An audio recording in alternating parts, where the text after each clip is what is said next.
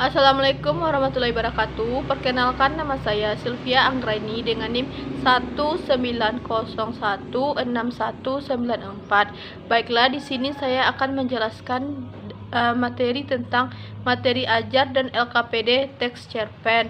Mata kuliah ini diampu oleh Ibu Dr. Randa Emawati Arif MPD. Baiklah, langsung saja kita masuk ke materi ajar memproduksi teks cerpen. Satuan pendidikannya yaitu SMA Negeri 1 Painan, mata pelajaran Bahasa Indonesia, kelas 11 semester ganjil. Materi pokok teks cerpen, jumlah pertemuan 3 kali 40 menit. Penulis atau penyusun Sylvia Anggraini. Kompetensi inti ya, KI 1 menghayati dan mengamalkan ajaran agama yang dianutnya. KI 2 menghayati dan mengamalkan perilaku jujur, disiplin, tanggung jawab, peduli atau gotong royong, kerjasama, toleransi, damai, santun, responsif, dan proaktif, dan menunjukkan sikap sebagai bagian dari solusi atas berbagai permasalahan dalam berinteraksi secara efektif dengan lingkungan sosial dan alam, serta menempatkan diri sebagai cerminan bangsa dalam pergaulan dunia, dicapai melalui pembelajaran tidak langsung, yaitu keteladanan, pembiasaan, dan budaya sekolah, dengan memperhatikan karakteristik materi pembelajaran, serta kebutuhan dan kondisi peserta didik. Penumbuhan dan pengembangan kompetensi sikap dilakukan sepanjang proses pembelajaran berlangsung dan dilakukan sebagai dasar bagi guru dalam menumbuhkan dan mengembangkan karakter peserta didik. KI 3 memahami, menegakkan, penganalisis, dan mengevaluasi pengetahuan faktual, konseptual, prosedural, dan metakognitif berdasarkan rasa ingin tahunya tentang ilmu pengetahuan, teknologi, seni, budaya, dan humaniora, dengan wawasan kemanusiaan, kebangsaan, kenegaraan, seni budaya, dan humaniora terkait penyebab fenomena alam dan kejadian. KI 4 mengolah, menalar, menyaji, dan menciptakan dalam ranah konkret dan ranah abstrak terkait dengan pengembangan dari yang dipelajari di sekolah secara mandiri, serta bertindak secara efektif dan kreatif dan mampu menggunakan metode sesuai kaidah keilmuan. Kompetensi dasar dan indikator pencapaian kompetensi. Kompetensi dasar dari KI 3 yang pertama, menganalisis unsur-unsur pembangun cerita pendek dalam buku kumpulan cerita pendek, yaitu mengidentifikasi cerpen dengan memperhatikan unsur-unsur pembangun cerpen. Yang kedua, menyusun kembali cerpen dengan memperhatikan unsur-unsur pembangun cerpen. Kompetensi dasar dari KI 4 mengkonstruksi sebuah cerita pendek dengan memperhatikan unsur-unsur pembangun cerpen, yaitu yang pertama, menentukan topik tentang kehidupan dalam cerita cerpen.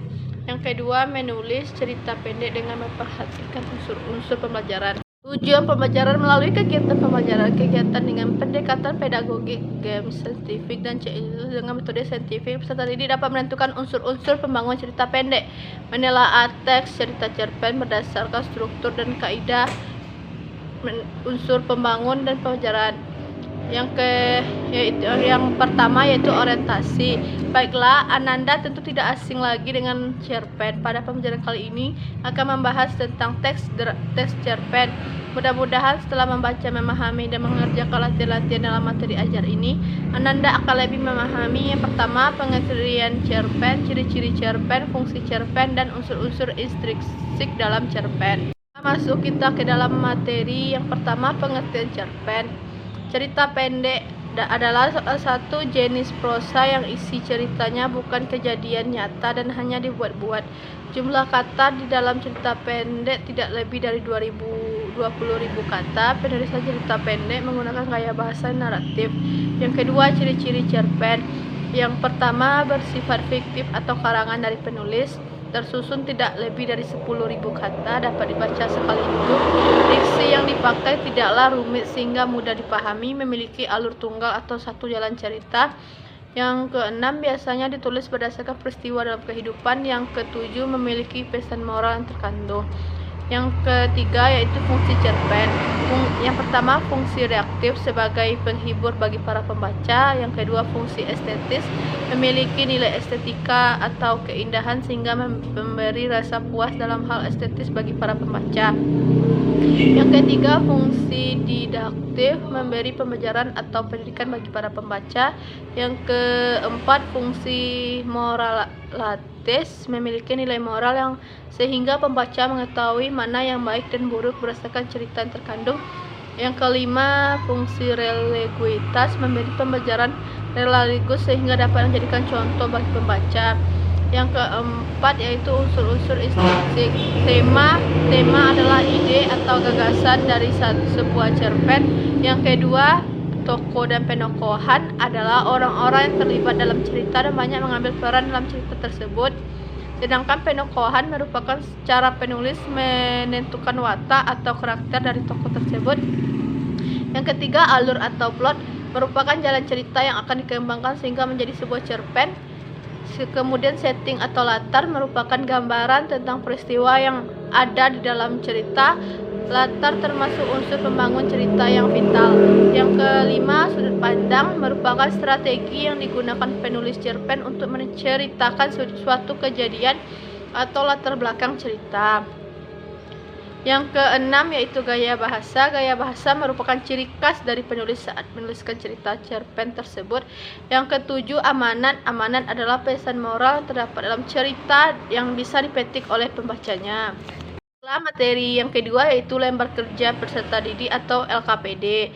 Nama sekolah yaitu SMA Negeri 1 Painan, kelas 11 semester ganjil, tahun pelajaran 2021 sampai 2022. Mata pelajaran bahasa Indonesia, kompetensi dasarnya yaitu menelaah struktur dan kebahasaan teks cerpen yang dibaca dan didengar. Tema dari LKPD yaitu struktur dan kaidah kebahasaan teks cerpen. Indikator pencapaian yang pertama, menentukan rincian bagian-bagian struktur teks cerpen dari berbagai sumber yang dibaca dan didengar. Yang kedua, menentukan kaidah kebahasaan teks cerpen dari berbagai sumber yang dibaca dan didengar. Teknik dalam LKPD ini yaitu teks tertulis. Bentuk instrumen yaitu uraian dan menjodohkan. Tujuan dari LKPD ini yaitu menelaah struktur, kebahasaan, dan isi teks cerpen. Petunjuk dalam pengisian teks cerpen yang pertama, masing-masing peserta didik teks cerpen berjudul Dunia Sepi untuk Najwa dan membaca materi yang ada pada bahan ajar. Yang kedua, membentuk kelompok terdiri dari 4-5 orang. Yang ketiga, setiap peserta didik menentukan struktur dan kaidah kebahasaan teks cerpen Dunia Sepi untuk Najwa. Yang keempat, setiap kelompok mengunggah hasil diskusi di Google Form yang sudah disediakan. Baiklah, dalam LKPD ini saya buat instruksi sebagai berikut. Yang pertama, pada saat menentukan struktur teks karya sastra, apakah kalian menelaah unsur pembangun karya sastra? Unsur pembangun karya sastra apa yang digunakan? Apakah unsur tersebut menandai suatu bagian atau struktur teks cerpen? Jelaskan. Setelah membaca materi tentang unsur pembangun karya sastra, cara menelaah struktur kebahasaan dan isi teks cerpen berjudul Dunia Sepi untuk Najwa berikut. Yang ketiga, setelah memahami isi teks cerpen Dunia Sepi untuk Najwa di atas, bentuklah kelompok dengan beranggotakan 4 atau 5 orang. Kemudian tentukan struktur disertai dengan bukti-bukti yang mendukung dengan menggunakan tabel berikut. Yang keempat, setelah menelaah struktur, tentukan unsur kebahasaan dalam teks cerpen berjudul Dunia Sepi untuk Najwa tersebut sesuai format di bawah ini. Anda juga bisa menambahkan baris rows apabila diperlukan. Yang kelima, segera unggah jawaban Anda ke Google Form yang sudah disediakan. Yang keenam, unggah juga jawaban Anda ke WhatsApp Group sesuai waktu yang ditentukan bersama dengan kelompok yang lain. Yang ketujuh, setelah mendiskusikan hasil pekerjaan dengan memberikan tanggapan dan komentar di WhatsApp Group, silakan susun kembali jawaban Anda dalam bentuk PowerPoint atau video. Unggah ke Google Form yang disediakan.